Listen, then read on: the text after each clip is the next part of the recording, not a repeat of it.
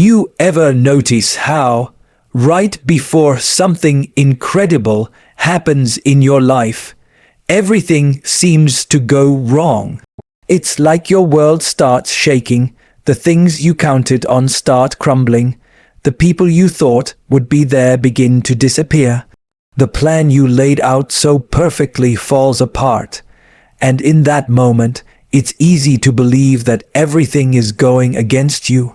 That maybe you've taken a wrong turn, that maybe life isn't working for you, and maybe, just maybe, you missed your shot. But what if I told you? It's actually the opposite. Because here's the truth, when something big, something life-changing is on the way, the first thing that often happens is that your life stops making sense. It becomes uncomfortable, messy, confusing, and that's not a sign that things are breaking down. That's a sign that things are being rebuilt. Something bigger than what you've asked for is being prepared, but in order for you to receive it, everything that no longer fits must fall away. Think about it. If you're going to step into a new season, do you really believe you can take the old version of yourself with you? The same habits, the same thoughts, the same fears, the same people who weren't meant for where you're going. You can't build a skyscraper on a foundation meant for a shack. The old structure has to collapse, and that collapse, it's not chaos. It's alignment, it's construction, but it doesn't feel that way when you're in it. When you're in the middle of that storm, it's hard to remember that the pain has a purpose, that the confusion is sacred. You want answers, you want clarity, but clarity doesn't come when everything is calm. Clarity often comes after you've let go, not before, and letting go requires faith, not blind faith, not naive faith, but the kind of faith that says, even though I can't see what's ahead, I trust that what's leaving my life is making room for something far more aligned with my purpose. Some of you right now are in the middle of that unraveling. Things you thought were stable are shaking. People are walking away, jobs are ending, plans are falling through, and you're asking, why is this happening to me? But maybe the better question is, why is this happening for me? See, when God, or the universe, or life, whatever name you give it, is preparing to give you something big, he doesn't start with the gift. He starts by preparing the vessel. That vessel is you, and preparation doesn't always look like peace. Sometimes it looks like pain. Because pain has the power to break what needs to be broken in you so that you can hold what you're meant to hold. That's why the caterpillar doesn't turn into a butterfly in a moment of comfort. It dissolves inside the cocoon. It completely falls apart. Its form becomes unrecognizable before it can take flight. If you walked in on that moment of breakdown, you might think this thing's done, but you'd be wrong. It's in process, just like you. And maybe that's what you needed to hear right now, that you're not falling apart, you're falling into something. A version of you that's more aligned, more powerful, more resilient. But to step into that version, the identity that was built around fear, comfort, and limitation has to die. That's why things are shaking. That's why it feels like you're being stripped down, because you are. Not to destroy you, but to rebuild you in the image of the person you were always meant to become. So when it feels like nothing is working, when the people leave, when the money's tight, when the clarity disappears, don't shrink. Don't retreat. Don't tell yourself the story that you're cursed or forgotten or failing. That's not what's happening. What's happening is alignment. What's happening is that your outer world is finally starting to reflect what your inner world has been calling for. This isn't the end. It's the beginning. The dust just hasn't settled yet. And when it does, you won't recognize yourself. Not because you've become someone new, but because you've finally let go of who you never were. You know that feeling deep inside when everything in your life looks okay from the outside, but inside, something just doesn't sit right anymore. That tug, that pressure, that low hum of restlessness that won't go away. It's like a quiet whisper saying, you were made for more. And no matter how much you try to silence it through distractions, through comfort, through routine, it keeps coming back louder every time. That isn't something to ignore. That's not anxiety. That's not frustration. That's preparation. See, before something big enters your life, you'll feel it before you see it. And it rarely feels like joy or excitement in the beginning. It usually feels like discomfort. Like the life that used to fit you suddenly feels too small. The conversations, the habits, the environment, they don't resonate the way they used to. You don't feel at home in the places you once did. Why? Because growth is happening. Because the version of you that once felt content in that old space has outgrown it. And your soul knows it, even if your mind is still catching up. And it's scary, because we're creatures of habit.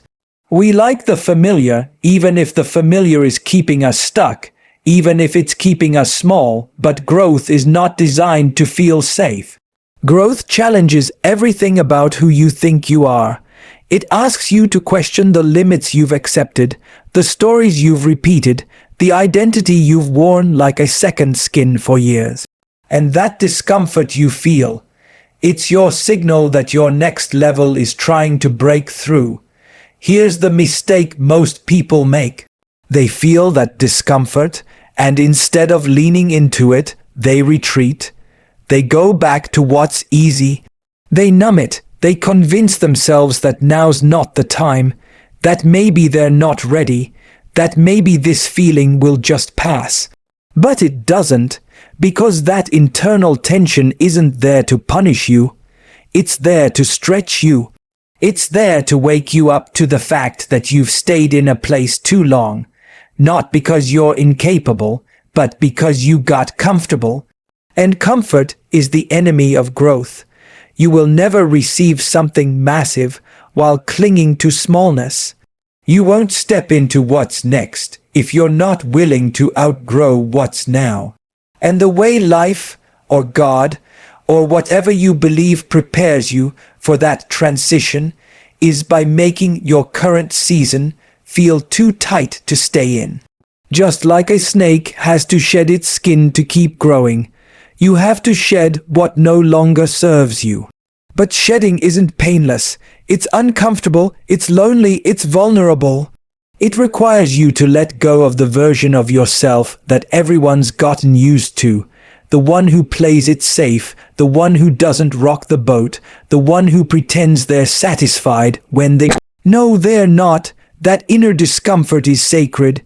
It's the birthplace of transformation. When you stop seeing it as a sign that something is wrong and start recognizing it as a sign that something new is being born, everything changes. You stop asking, why am I feeling like this?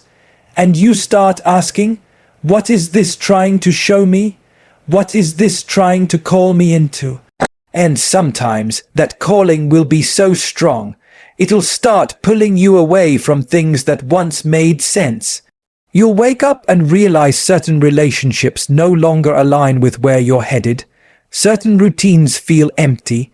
Certain goals you once chased now seem meaningless. That's not confusion. That's clarity disguised as friction.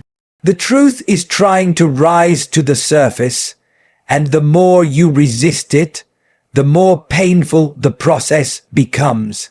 You have to get honest with yourself. You have to stop lying to yourself just to feel safe. That version of you that everyone is comfortable with, the one who settles, who stays quiet, who keeps shrinking just to make everyone else feel comfortable. That version of you is not the real you. That's the trained you, the conditioned you, the survival you, and that discomfort inside of you, that fire you've been feeling. It's the real you trying to come alive. You're being called to step into a version of yourself that's bigger, bolder, more aligned. A version of you that doesn't just survive but thrives. A version of you that doesn't beg for permission to grow, but takes up space unapologetically. But to become that version, you must stop negotiating with your limitations. You must stop entertaining the fear that wants to keep you exactly where you are. Because the moment you finally choose growth over comfort, alignment over approval, and purpose over fear, that's the moment everything begins to change. That's when life stops whispering and starts responding. And right now, if you feel that tension, it's not here to break you. It's here to build you. You ever notice how right before your life is about to level up, it doesn't get easier. It gets harder. Not just harder on the outside, but heavier on the inside. You're tested. You're stretched. You're put through situations that demand more patience, more faith, more discipline than you thought you had. And in that moment, it's tempting to think you're being punished, like the universe or God is somehow holding out on you. But what's really happening is simple. You're being prepared to carry the weight of what you asked for. You don't get the breakthrough without first proving you can handle it. You don't receive something big without developing the strength to sustain it. Because a blessing given too soon, before you've become the person who can hold it, isn't a blessing, it's a burden. So when you're in the waiting, when you're being tested, when it feels like the answer is taking too long or the door just won't open, that's not delay. That's development. That's when your character is being built, your integrity, your focus, your resilience. You're learning how to stay steady when nothing makes sense. You're learning how to choose discipline when motivation is gone. You're learning how to have faith when there's no sign that it's working. And that's exactly what you'll need to keep what's coming. You think the test is about how fast it arrives. It's not. The test is whether you'll stay committed to the process before it arrives. Because anyone can believe when it's easy. Anyone can show up when it's exciting. But can you show up when it's exhausting? Can you stay in the fight when your emotions want to quit? Can you walk in obedience, in discipline, in alignment, even when the reward hasn't shown up yet? That's what separates people who talk about change from the people who actually create it. The test is never just about the situation. The test is always about you. It's about who you're becoming in the middle of the storm. Because when the blessing finally shows up, and it will, you'll realize the version of you who started the journey wasn't ready to receive it. But the version of you who endured the test, who stayed focused when things got hard, that version is. We live in a world that's addicted to speed. Everything is instant, fast answers, fast results, fast success. But what's built fast breaks fast, and what's built slowly, deliberately, with intention and pressure, that is what lasts. So when you're in the waiting season, stop seeing it as a delay and start seeing it as training. You're in the gym of life right now, and life is stacking the weight not to crush you, but to make you stronger. You don't grow by avoiding pressure. You grow by staying under it long enough to be changed by it. You grow by learning how to breathe when the weight feels heavy. You grow by developing the muscle of patience, by choosing to stay grounded in who you want to become, not who your fear says you are. And here's the hard truth most people avoid. Faith isn't a feeling, it's a decision. It's showing up every day, even when there's no proof that it's working. It's taking the next step even when the path ahead looks foggy. It's being able to say, I don't know how this ends, but I'm not quitting in the middle. That's the kind of faith that moves mountains, not because of the size of the belief, but because of the strength of your endurance. And discipline is your declaration that you're serious, that this isn't a wish, this is a decision. Discipline is what shows life that you're not here just to want something big. You're here to become someone worthy of it. When you stick to your commitments, when you keep showing up, keep praying, keep working, keep trusting, even when it's hard, that's what unlocks the next level. So if you're being tested right now emotionally, spiritually, financially, know this isn't random. The pressure is proof that you're being shaped. And every single challenge, every delay, every no, every hard lesson, it's carving something out of you. It's removing what you no longer need so you can carry what's meant for you. You're not being punished. You're being positioned. You ever chase something so hard, so relentlessly, just to watch it slip through your fingers? You thought it was yours. You thought that opportunity was going to be the one. That relationship, that job, that door you knocked on over and over again, only to get silence, rejection, or a dead end. And it hurts. It shakes your confidence. It makes you question yourself. You think, what did I do wrong? Why didn't it work out? Why would something that felt so right fall apart? But here's what I want you to really hear. Not every no is a loss. Some of those closed doors aren't there to stop you. They're there to redirect you. They're protection in disguise.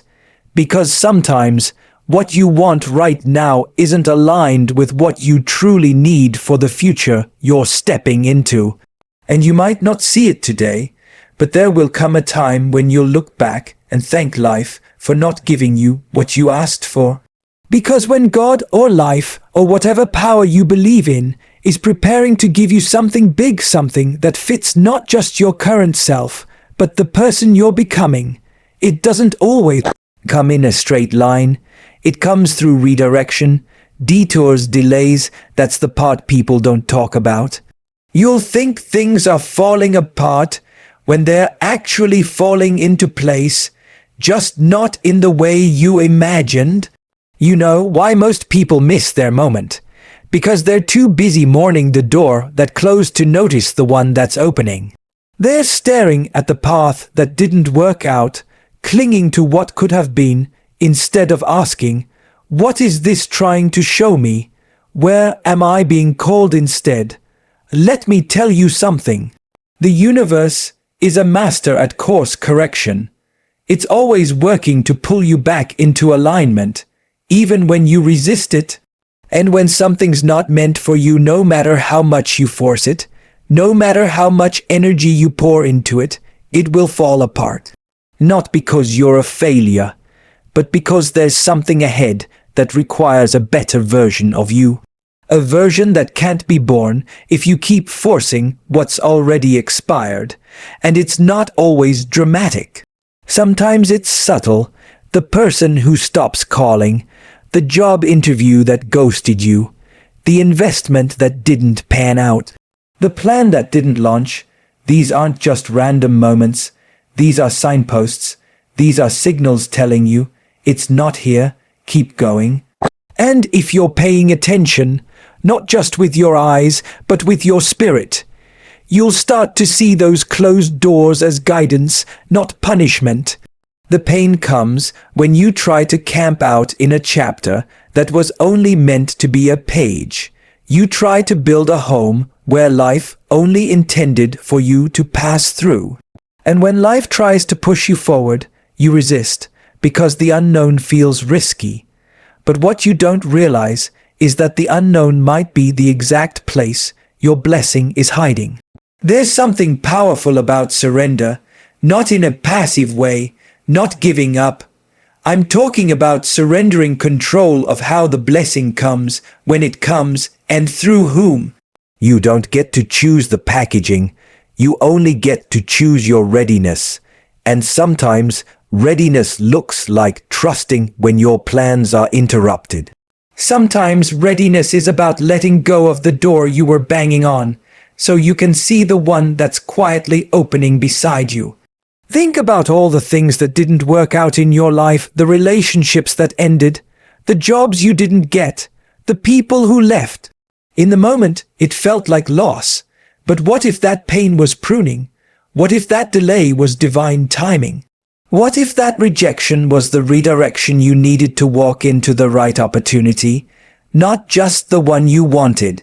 If you're in a season where doors are closing, plans are crumbling, and you feel like you're being left behind, I want to tell you something. You're not being left behind, you're being led. And the reason it hurts is because you were so attached to what you thought it was supposed to be. But the gift waiting for you doesn't live in your past. It lives in your next decision, your next act of trust, your next step forward when everything in you wants to turn back. Because the blessing isn't always behind the door you want. It's behind the one you're willing to walk through, even when it doesn't look the way you expected. Trust the no, trust the redirection, trust the detour. It's not rejection, it's realignment.